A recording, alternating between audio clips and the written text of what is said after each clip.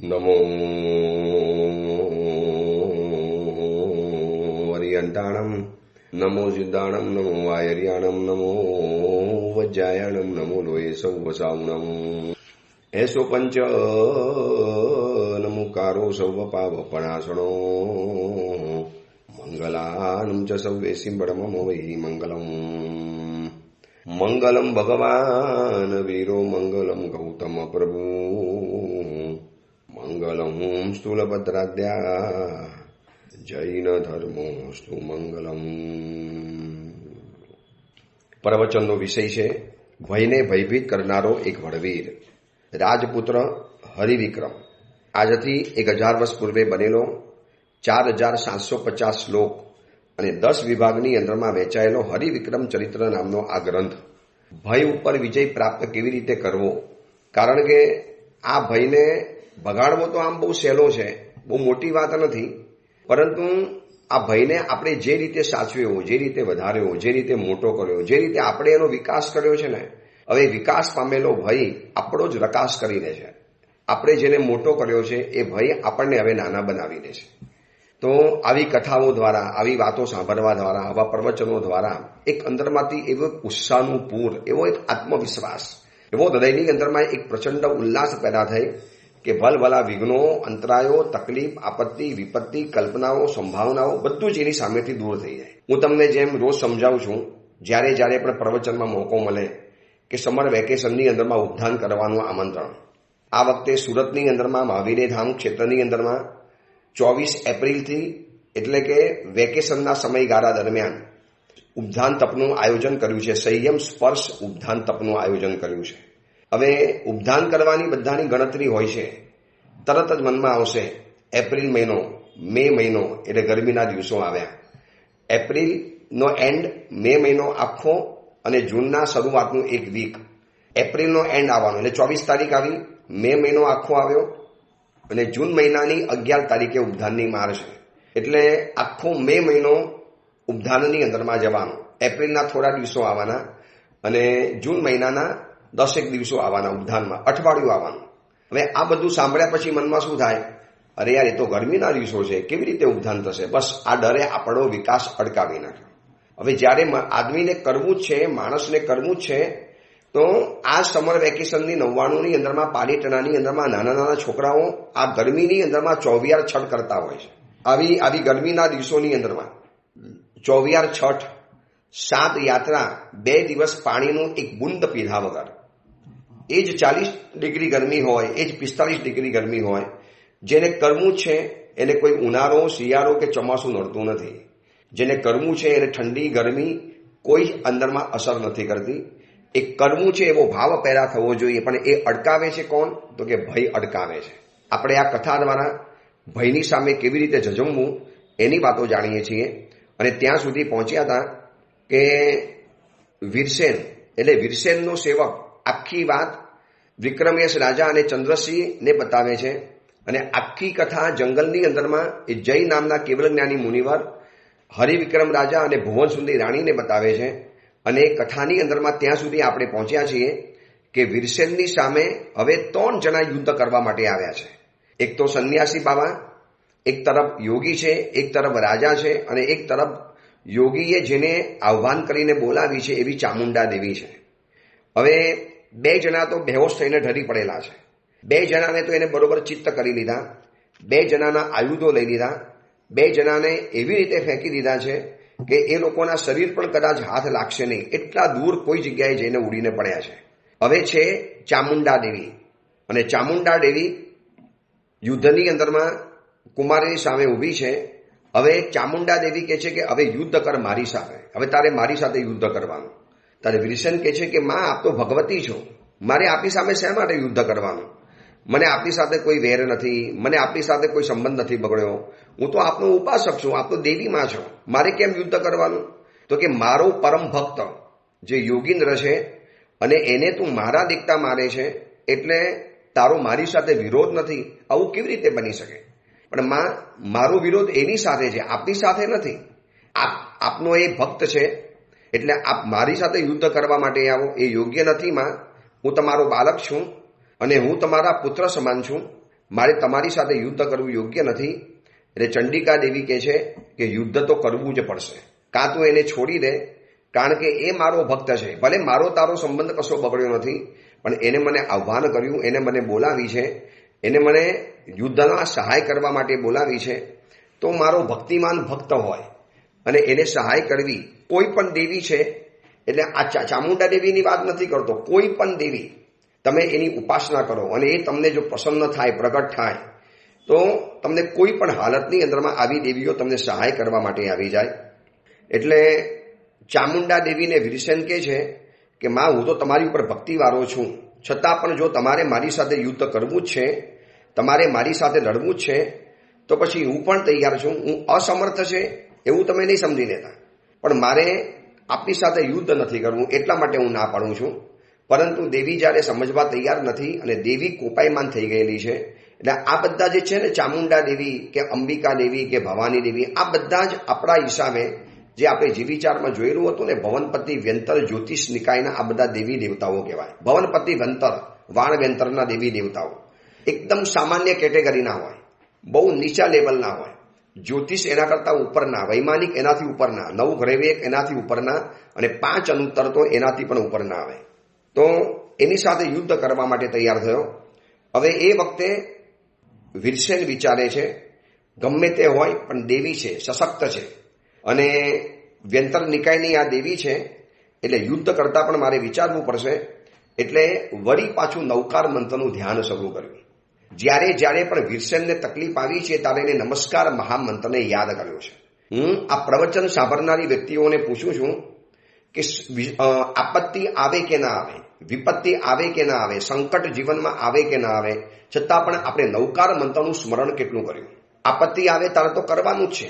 હવે બીજી એક વાત, ઘણી વ્યક્તિઓને મનમાં એમ થશે કે ગુરુદેવ, આ સ્વાર્થ ન ગણાય, આપણો એક સ્વાર્થ, આપણે એક સ્વાર્થી ન ગણાઈએ કે જરૂર પડી ત્યારે નૌકારને યાદ કરવાનો, પછી યાદ નહીં કરવાનો. તો હું તમને એમ પૂછું, ઘરની અંદરમાં રહેલી લાઇટ ક્યારે યાદ કરવાની? અજવાળામાં કે અંધારામાં? ઘરની અંદરમાં રહેલા ભોજનને ક્યારે યાદ કરવાનું? ભૂખ લાગે ત્યારે કે પેટ ભરેલું હોય ત્યારે? ઘરની અંદરમાં રહેલા સારા વસ્ત્રો એને ક્યારે યાદ કરવાના? કોઈ વિશિષ્ટ પ્રસંગ આવે ત્યારે કે એમને રોજ? શું એ વસ્ત્ર, એ ભોજન, એ લાઇટ કે એ બધી જે પણ વસ્તુને આપણે અમુક સમયે જ યાદ કરીએ છીએ, પછી યાદ પણ નથી કરતા. હવે નોર્મલ કપડાં તો માણસ ઘરની અંદરમાં રોજ પહેરતો હોય, એકદમ બિલકુલ નોર્મલ સામાન્ય કપડાં, જેને ઘરની અંદરમાં રોજ બરોજ પહેરવાના હોય. પણ જ્યારે વિશિષ્ટ પ્રસંગ આવે ત્યારે કબાટમાંથી વસ્તુને બહાર કાઢવાના અને એની ઉપર પરફ્યુમ છાંટીને બહાર જવાનું. તે વસ્તુ ન કહી શકે, ભાઈ તું તો સ્વાર્થી છે, મને ખાલી અવસરે યાદ કરે છે, રોજ કેમ નથી કરતો? તો આપણે શું કહીએ, ભાઈ તું વિશિષ્ટ છે, તને અવસરે જ યાદ કરવાનો હોય, રોજ કે તારી જરૂરિયાત ન પડી શકે. તો એમાં કોઈ સ્વાર્થ નથી હોતો. આને છે ને કેટલીક વ્યક્તિઓ, કેટલીક બુદ્ધિ જેવી વર્ગ છે ને, આવા શ્રદ્ધાવાળા માણસોને આવી રીતે બદનામ કરતા હોય છે. તમે તો સ્વાર્થી છો, પરીક્ષા આવી એટલે ભગવાનને યાદ કર્યા, લગ્ન આવ્યા એટલે તમે ભગવાન માટે કંઈક વિશિષ્ટ પૂજન વગેરે ભણાવડાવ્યું. આવું હોતું હશે તો હું તમને પૂછું, ચલો ભગવાનને યાદ ક્યારે કરવાના? રોજ તો યાદ કરીએ છીએ, પણ આ વિશિષ્ટ રીતે યાદ કર્યા છે. નવકાર મંત્રનું સ્મરણ કરે છે. એ ઉપરથી ખબર પડે છે કે સુખમાં સમરો, દુઃખમાં સમરે, સમરે રાજા રંગ, જોગી સમરે, ભોગી સમરે, સમરો મંત્ર ભલો નવકાર. અગર નવકાર મહામંત્રને આપત્તિના સમયમાં પણ જો યાદ કરશું ને, તો પણ આપણને નવકાર મંત્રના રહેલા અધિષ્ઠાયક દેવતાઓ, નવકાર મંત્રના હજારો અધિષ્ઠાયક દેવતાઓ છે, એ બધા આપણને સહાય કરવા માટે આવે. સામે ચામુંડા દેવી હતી નહીં, આવી હજારો ચામુંડા દેવી આવી જાય, પણ નવકાર મંત્રના પરમ પ્રભાવે. પરંતુ પહેલા નંબરમાં તો શું થયું છે, આવી બધી બુદ્ધિ આપણી શ્રદ્ધાને ખતમ કરી નાખી. એમ જરૂર પડે તારે શું કામ નવકારને યાદ કરવાનો? આવું કે હોતું હશે? આપણે પછી સેલ્ફિશ કહેવાઈએ, અથવા તો કોઈક વ્યક્તિ કરતો તો આપણે એને કહીએ, ભાઈ તું તો સ્વાર્થી છે, એટલે જરૂર પડે તારે નવકારને યાદ કરે, રોજ કેમ યાદ નથી કરતો? તો હું તમને પૂછું છું, રોજ કદાચ માતા પિતાને પગે ન લાગતો હોય અને બેસતું વર્ષ આવ્યું, બર્થડે આવ્યો, જન્મદિન આવ્યો, અને એ દિવસે માતા પિતાને પગે લાગે, શું આપણે સ્વાર્થી બની ગયા છીએ? શું એને સ્વાર્થ ગણાતો હશે? આ એક વ્યવહાર છે, આ એક પરંપરા છે કે જ્યારે જરૂર પડે ત્યારે વાપરવાનું હોય, જરૂર પડે ત્યારે એને યાદ કરવાનું હોય. રસોઈ છે, ગોચરી પાણી છે, અને અમે તમારા ઘરે વળવા માટે આવીએ છીએ. હવે બપોરે 12 વાગે આવીએ, સવારે 8-9 વાગ્યાની આસપાસ આવીએ, સાંજે સૂર્યાસ્તની આસપાસના સમયની અંદરમાં આવીએ. શું તમે એમ કહેશો, સાહેબ તમે તો સ્વાર્થી છો, આપને ભૂખ લાગી તો તમને અમારું ઘર યાદ આવે છે, બાકી યાદ નથી આવતું? શું કોઈને આવો વિચાર પણ આવ્યો? અરે ઉલટાના ખુશ થયા કે સાહેબ જરૂર પડી તો આપે અમને યાદ કર્યો, અમારું પુણ્ય છે, અમારું ભાગ્ય છે. બસ એવી જ રીતે નવકાર મંત્ર અથવા તો બીજા કોઈ પણ તમને ગુરુ પ્રદત્ત મંત્ર હોય એટલે આપત્તિના સમયની અંદરમાં ગણો, એમાં કોઈ જ વિરોધ ન હોઈ શકે, કોઈ એના માટે ખોડખા પણ ન નીકળી શકે. એ ગલત છે, આવું ક્યારે પણ ન બોલી શકાય. અને એવો વિચાર તમને મગજમાં કોઈ આપે ને તો એને તરત જ ડિલીટ કરી નાખજો, તુરંત, ઇમિડિયેટલી ડિલીટ, તરત જ ડિલીટ કરી દેવાનું. આવી કોઈ પણ જાતની બુદ્ધિની વાતોની અંદરમાં ફસાવા જેવું નથી. નવકાર મંત્રનું ધ્યાન શરૂ કર્યું અને બેહામણી સ્થિતિવાળી એવી ચામુંડા દેવી એની ઉપર સંકિત તો થઈ કે આ કંઈક મંત્રનો જાપ કરતો લાગે છે, એટલે ત્રિશુલ વીરસેન ઉપર પ્રહાર કર્યો. એનું એક પ્રભાવ ભર્યું ત્રિશુલ છે એને સીધું જ ફેંક્યું એની ઉપર. પરંતુ નવકાર મહામંત્રનો પ્રભાવ, કુમારની ચપલતા અને એને પણ ચામુંડા દેવીની સાથે બરોબરનું યુદ્ધ કર્યું છે. એકદમ સરખે સરખાનું યુદ્ધ ચાલે છે. આમ જોવા જઈએ તો આ બાજુ દેવી છે અને આ બાજુ એક સામાન્ય માનવ છે. પણ એક માનવ જ્યારે નિર્ભય બને છે, એક માનવ જ્યારે નિર્ભીક બને છે, એક માણસ જ્યારે ડર કાઢી મૂકે છે ત્યારે ભલભલા દેવી દેવતાઓને પણ હંફાવી શકે છે. હવે આમ જોવા જઈએ તો ચામુંડા દેવીની તાકાત કેટલી બધી હોય. હવે એનું ખાલી ત્રિશુલ ફેંકે ને તો ભલભલા માણસો બેહોશ થઈ જાય. આપણે જોઈએ છીએ ને, સંસારમાં નથી સાંભળ્યું કે કેટલીક કાલિકા દેવીને બીજી દેવીએ ત્રિશુલ ફેંક્યું અને ભલભલા અસુરો ખતમ થઈ ગયા, અસુરોનો વિનાશ થઈ ગયો. તો આ દેવી પાસે પણ ત્રિશુલ હતું, પરંતુ રણની અંદરમાં હોશિયાર એવા કુમારે એ જ ત્રિશુલને ઉચકી લીધું, એ જ એને ફેંકેલું ચક્ર, એ જ એનું ત્રિશુલ એને પકડી લીધું. અને કુમારે પછી એવી રીતે યુદ્ધ કર્યું કે ચામુંડા દેવીના 16 હાથની અંદરમાં રહેલા બધા જ હથિયારો નીચે પડી ગયા. એના હાથની અંદરમાં જેટલા પણ હથિયારો હતા એના 16 હાથ વિકુરવીને યુદ્ધ કરવા માટે આવેલી. એક વખત તો છે ને ભયભીત થનારો માણસ આવા 16 હાથવાળી દેવીને જોઈને એના અડધા મોતિયા તો મરી જાય, અડધા મોતિયા ત્યાં જ મરી જાય. પણ નિર્ભીક રીતે યુદ્ધ કર્યું. એટલામાં યોગીન્દ્ર અને રાજા પણ ભાનની અંદરમાં આવી ગયા, એ પણ ભાનમાં આવી ગયા. એ પણ વળી પાછા યુદ્ધ કરવા માટે આવ્યા. દેવીનું અને વીરસેનનું યુદ્ધ ચાલે છે, એના તુમુલ અવાજ, એના કારણે એ પણ યુદ્ધ કરવા માટે આવી ગયા. હવે આ બાજુ વીરસેન એકલો છે અને સામે 3 જણા યુદ્ધ કરે છે, ચામુંડા દેવી, યોગીન્દ્ર અને રાજા. 3 એને બધાને બરોબર હંફાવે છે, એકલા હાથે હંફાવે છે, નવકાર મંત્રનો જાપ કરતા હંફાવે છે. એમાં રાજા કહે છે કે આવી જા મારી સાથે મલ્લ યુદ્ધ કરવા માટે. આપણે અસ્ત્રો બહુ વાપર્યા, શસ્ત્રો બહુ વાપરી દીધા, હવે આવી જામ, આપણે સામે મલ્લ યુદ્ધ કરવું છે. એટલે દેવી સાઈડમાં ખસી ગઈ અને યોગીન્દ્ર અને નરસિંહ રાજા બંને જણા બાહુબલથી એટલે કે મલ્લ કુસ્તી કરવા માટે તૈયાર થયા. પરંતુ આ વીરસેન હતો એની પાસે સર્વ કલામાં કુશળ હતો. એના કરતાં તો સૌથી મોટી વાત હતી એ ભયભીત નહોતો થતો, એ ડરતો નહોતો, એ ગભરાતો નહોતો. જે વ્યક્તિના મનની અંદરમાં ગભરાટ હોય ને, શક્તિ હોય છે એ પણ એનાથી દૂર ચાલી જાય, જેને હકીકતની અંદરમાં ગભરાટ થતો હોય છે. એટલે ડર ગયા સો મન ગયા જે કહેવાય છે ને, એટલા માટે કહેવાય છે કે શક્તિશાળી માણસ પણ આવા ડરના સમયની અંદરમાં શક્તિ બધી એની ચાલી જતી હોય છે. અને વીરસેન, નરસિંહ એકબીજાને સામ એવા ધસ્યા, એવી ભૂમિઓ કંપાયમાન થઈ, બંનેની એવી આંખો લાલચોળ થઈ ગઈ. બંને જણા એકબીજાના પેચમાં છે, એકબીજાને કુસ્તીની અંદરમાં ઘડીકમાં આને પછાડે છે, ઘડીકમાં આને પછાડે છે. આકાશની અંદરમાં દેવતાઓ પણ આ યુદ્ધ જોવા માટે તૈયાર થઈ ગયા. દેવતાઓને પણ એક મનમાં દિશા ચાલી કે આ કેવો શક્તિશાળી યુવક છે. અને એટલામાં વીરસેને નરસિંહનું મસ્તક હાથમાં આવી ગયું, પકડાઈ ગયું હાથમાં. અને આ બાજુ યોગીનું પણ મસ્તક એને એ જ દાવથી હાથમાં પકડ્યું. અને બંને જણાના મસ્તકને પરસ્પર એવા જોશથી ટકરાયા જેમ 2 નારિયેલ હોય અને સામે ભડકાવે અને કેવો અવાજ આવે, કેવો અંદરમાંથી એક જાણે કે ફાટવાનો અવાજ આવે. બંને જણાના મસ્તકને એવા અફાર્યા, બંને જણાને સામે એવા પછાડી દીધા.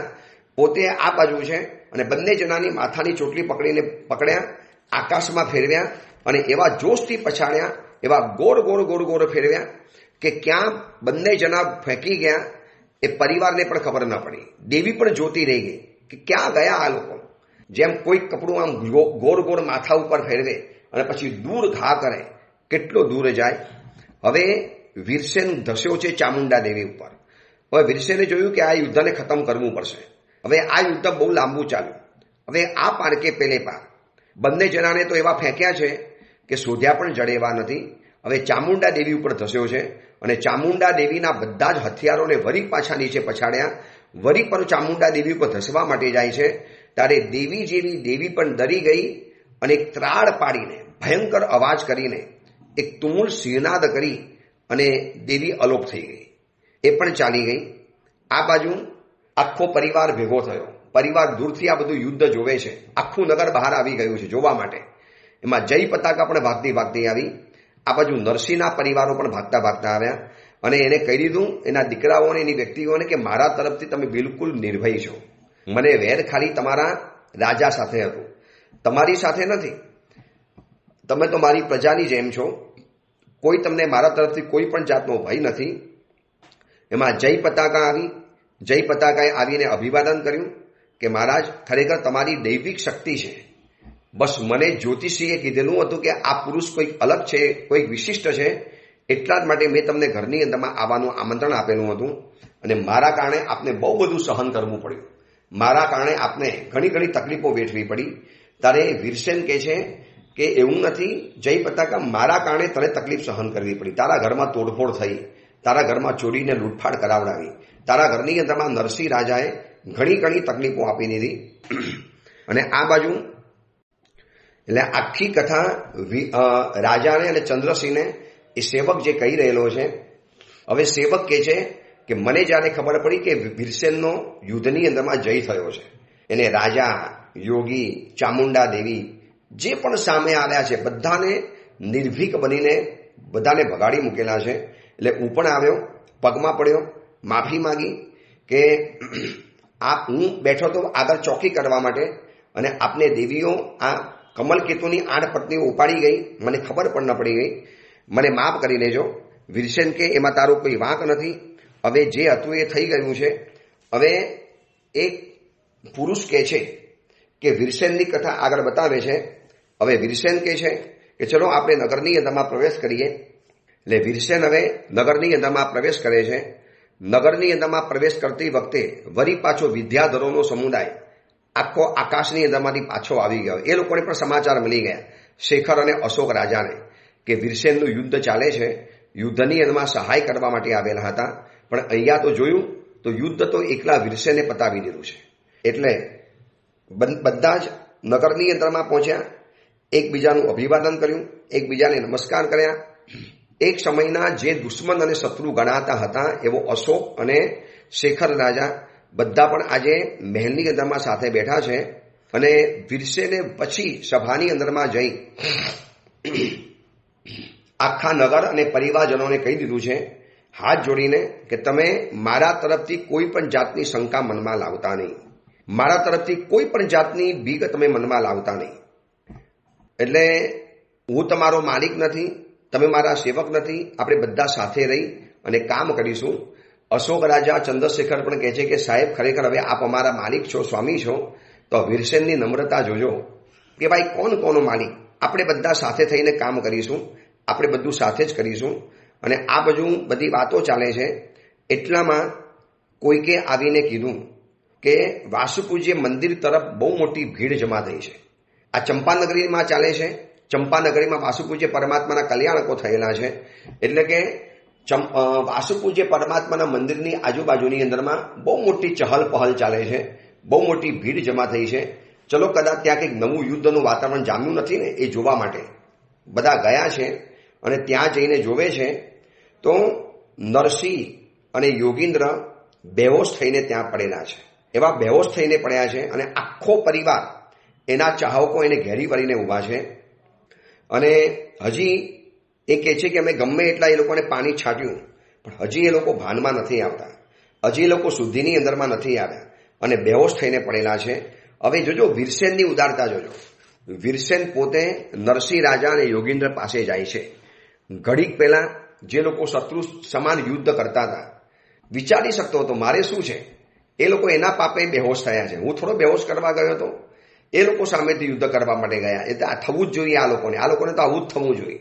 આપણે કદાચ આવું વિચારીએ છીએ પણ આ વીરસેન અલગ વ્યક્તિનો માણસ હતો. એને કીધું કે યુદ્ધ પતી ગયું, હારી ગયા, હવે ઘાયલ થયેલાની સારવાર કરવાની જવાબદારી અમારી છે. એટલે વીરસેન જેવો નજીકમાં પહોંચ્યો, લોકો બાજુની અંદરમાં ઘસી ગયા અને વીરસેને ત્યાં જોયું કે યોગી અને બંને જણા બેહોશ થઈને પડેલા છે. રાજા પોતે એની ઉપર પાણી છાંટે છે. રાજા એની સારવાર કરે છે. રાજા એને પાણી વગેરેનો છંટકાવ કરી અને વળી પાછા ભાનની અંદરમાં લાવે છે અને હજી પણ પૂછે છે કે હજી પણ યુદ્ધ કરવાની ઈચ્છા હોય તો બોલી જજો. ભાઈ પાછળથી એમ ન થવું જોઈએ કે વીરસેને અમને કીધું નહીં, વીરસેને અમને બતાવ્યું નહીં, વીરસેને અમને કોઈ વાત ન કરી. આવું તમને પાછળથી મનમાં ન થવું જોઈએ. હજી પણ એવું હોય તો બોલી જાઓ. પણ બંને જણાના મોઢા નીચા હતા. શું બોલે, શું તાકાત કશી હતી નહીં. વીરસેનનો પ્રભાવ જોઈ લીધો, વીરસેનની તાકાત જોઈ લીધી. એટલે વિદ્યાધરોનો આખો સમૂહ, નરસિંહ, આ યોગીન્દ્ર, આ બધા હજી કંઈક વિચારે એમાં વળી પાછા અચાનક બ્રહ્મગુપ્ત નામના સુરીવર ત્યાં વિહાર કરતા કરતા પધાર્યા. અને જેવા સુરીવરને જોયા એટલે વીરસેન તો આનંદિત થઈ ગયો. સુરીવરના ચરણોની અંદરમાં નમી પડ્યો. સુરીવરના ચરણોની અંદરમાં નમી અને વંદન કરીને કહે છે, સંસારરૂપી સમુદ્રની અંદરમાં પહેલે પાર ઉતરવા માટે આપ ઘોડી સમાન એવા ગુરુભગન, આપના દર્શન મને થયા. અમારું જીવન ધન્ય બની ગયું. મુનિ ભગવંતે ધર્મલાભ આપ્યો અને ત્યાં જ બધા બેઠા મુનિ ભગવંતની દેશના સાંભળવા માટે. જૂના કાળની અંદરમાં અમારા સાધુઓનો વિહાર આવો જ હતો, અનિયત વિહાર. મોબાઈલ તો હતા નહીં, વોટ્સએપના જમાના હતા નહીં, સોશિયલ મીડિયાનું કોઈ માધ્યમના જમાના હતા નહીં, કોઈ આવા ઇલેક્ટ્રોનિક સાધનોના હતા નહીં. માણસોની જિંદગી પરમ શાંતિની અંદરમાં ગુજરતી હતી. હા, એ લોકોને દેશ દુનિયાના સમાચાર નહોતા મળતા, તો એ લોકોની જિંદગી પણ પરમ શાંતિ હતી. એ લોકો વારે તહેવારે વોટ્સઅપ, ટ્વિટર કે આજના જેવી સિરિયલ કે મૂવી કે નાટક, ડ્રામા આ બધું નહોતા જોઈ શકતા. છતાં પણ એ લોકોની જિંદગી નાટક તો નથી બની. બહુ સરસ મજાની જિંદગી જીવતા હતા.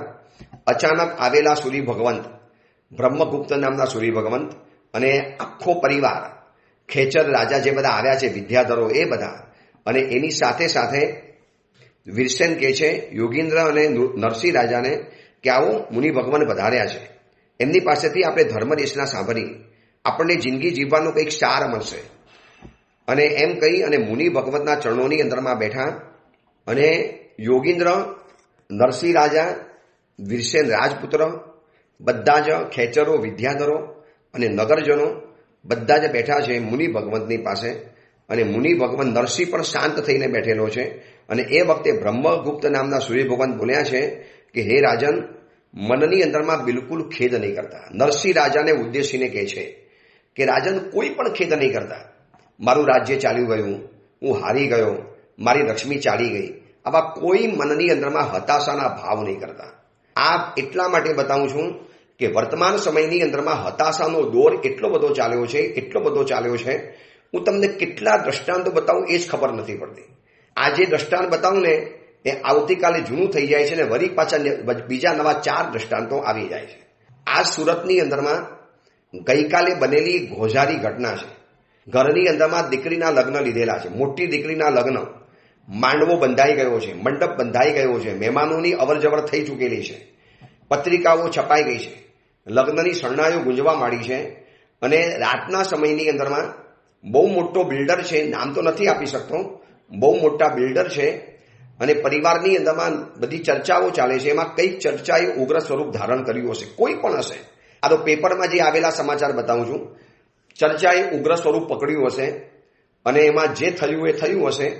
અને આ બાજુ પત્ની કંઈક કામ માટે ગઈ, દીકરા દીકરીઓ પોતાના રૂમ તરફ વળ્યા. અને આ બાજુ ઘરના જે મુખ્ય ભાઈ એટલે દીકરીના પિતાજી એ પોતાના રૂમની અંદરમાં ગયા.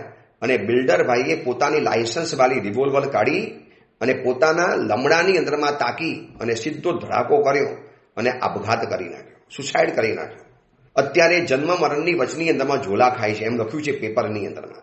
આટલો બધો મનની અંદરમાં હતાશાનો ભાવ, આટલો બધો નિરાશાનો ભાવ, આટલી મોંઘી જિંદગી આવી રીતે ખતમ કરી દેવાની.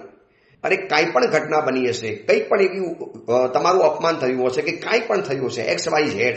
ઘરમાં લગ્ન છે, મંડપ બંધાઈ ગયો છે, મોટી દીકરીના લગ્ન છે, પાછળ બીજા દીકરા દીકરીઓ બાકી છે. અને એમ લખ્યું છે પેપરમાં કે આ ઘટના બની રાતના સમયની અંદરમાં બેહોશ થઈને હોસ્પિટલની અંદરમાં રહી ગયા, જીવન મરણ વચ્ચે ઝૂલા ખાય છે, માંડવો ઉતારી દેવાની અંદરમાં આવ્યો, લગ્ન મોકૂફ કરી દેવાની અંદરમાં આવ્યા, હવે લગ્ન જગ્યાની અંદરમાં રહ્યા, પિતાજી જન્મ મરણની વચ્ચે ઝૂલા ખાય છે, આખો પરિવાર શોકાતુર છે, પરિવારની બેઇજ્જતી પણ થઈ. આટલી બધી નિરાશાનો ભાવ કેમ? ખબર નહીં વર્તમાન સમયની અંદરમાં શું થયું છે માનવ જાતને. એટલો બધો ડિપ્રેસ છે, એટલો બધો ફ્રસ્ટ્રેટ છે, નાની નાની બાબતોની અંદરમાં એટલું બધું શું થાય છે ને એ જ ખબર નથી પડતી. 9,000 કરોડ રૂપિયાના માલિક એવી વ્યક્તિએ બેંગ્લોરની અંદરની વાત બતાવું છું. આ બેંગ્લોરમાં હજી 2 દિવસ પહેલા પ્રસંગ આવ્યો છે. બેંગ્લોરની અંદરમાં જેની કંપનીનું નામ પણ બહુ સારું છે, હું તમને નામ નથી બતાવતો. એ બેંગ્લોરની કંપનીના એ માલિકે ખાલી ઘરની અંદરમાં ઘરની અંદરમાં એક CBIની રેડ પડી, IITની રેડ પડી ઘરની અંદરમાં. હવે રેડ પડી એમાં એટલા બધા ગભરાઈ ગયા હશે કે જે પણ થયું હશે. એ 9,000 કરોડ રૂપિયાના માલિકે સેમ આવી જ રીતે પોતાની જાતે પોતાને ગોળી મારી અને એ તો ખતમ જ થઈ ગયા. એમને સુસાઇડ જ કરી નાખ્યું. છાતી ઉપર ટ્રિગર દબાવી અને ગોળી મારી અને પોતે સુસાઇડ કરી નાખ્યું. આટલો બધો હતાશ, આટલો બધો માનવ નિરાશ છે. સમૃદ્ધિની ટોચ ઉપર છે, સાધનોની ટોચ ઉપર છે, સગવડોની ટોચ ઉપર છે. માગો એવી વસ્તુઓ છે, માગો એવી સિસ્ટમો છે, માગો એવી વ્યવસ્થાઓ છે. શું નથી આ જમાનામાં? આમ ઓર્ડર કરો ને 10 મિનિટમાં વસ્તુઓ આવી જાય છે. ઓનલાઈન તમે કોઈ પણ વસ્તુઓ મંગાવી શકો છો. ફોન ઉપર કરતા કરતા ઘરની અંદર માણસ બધું જ કરી શકે છે. ફોનની અંદરમાં આખી દુનિયા જોઈ શકે છે. બધી જ પ્રકારની સુવિધા, સાધન, સગવડ બધું જ એના હાથની અંદરમાં છે. માત્ર હાથની અંદરમાં. કરાગને વસતી લક્ષ્મી જેમ કહેવાય છે ને, બધું એના હાથની અંદરમાં છે. એક મોબાઈલની સ્વિચ દબાવે, જે જોવું છે વેબસાઇટ ગૂગલ આખું ખુલી જાય, જે જોઈએ છે માહિતીઓના ઢગલા થઈ જાય, જે જોઈએ છે આખો દરિયો મોબાઈલની અંદરમાં તૈયાર થઈ પડેલો છે. આટલી બધી સુવિધા વધી છે. હરવા ફરવાનું વધ્યું, ફેશનો વધી, મોશોખ વધ્યા, કપડાં વધ્યા, હિલ સ્ટેશનો નવા શોધાયા. આ બધું જ છે, છતાં પણ માણસ દુઃખી કેમ? કેમ માણસ ફ્રસ્ટ્રેટ છે? કેમ માણસ આટલો અંદરથી પરેશાન છે? કેમ માણસ આટલો અંદરથી દુઃખી છે? અને ગુરુ ભગવાન એમને આ સમજાવે છે. મુનિ ભગવાન નરસિંહ રાજાને એ સમજાવે છે કે દોસ્ત, જીવનની અંદરમાં કોણ લઈને ગયું છે? કોણ પોતાની સંપત્તિને કાયમ માટે સાથે લઈને ગયું છે? ચક્રવર્તીઓ પણ મૂકીને ગયા છે, રાજા રાવણ પણ મૂકીને ગયા, રામ ભગવાન પણ મૂકીને ગયા, શ્રી કૃષ્ણ ભગવાન પણ છોડીને ગયા. અને મુનિ ભગવાન, જોજો મુનિ ભગવાન સમયના કેવા જાણકાર છે, સમયને કેવા જાણે છે, કયા સમયે શું દેશના આપી એ મુનિ ભગવંતને ખબર છે. કે આ જંગલની અંદરમાં એક કરુણ વાતાવરણ છે.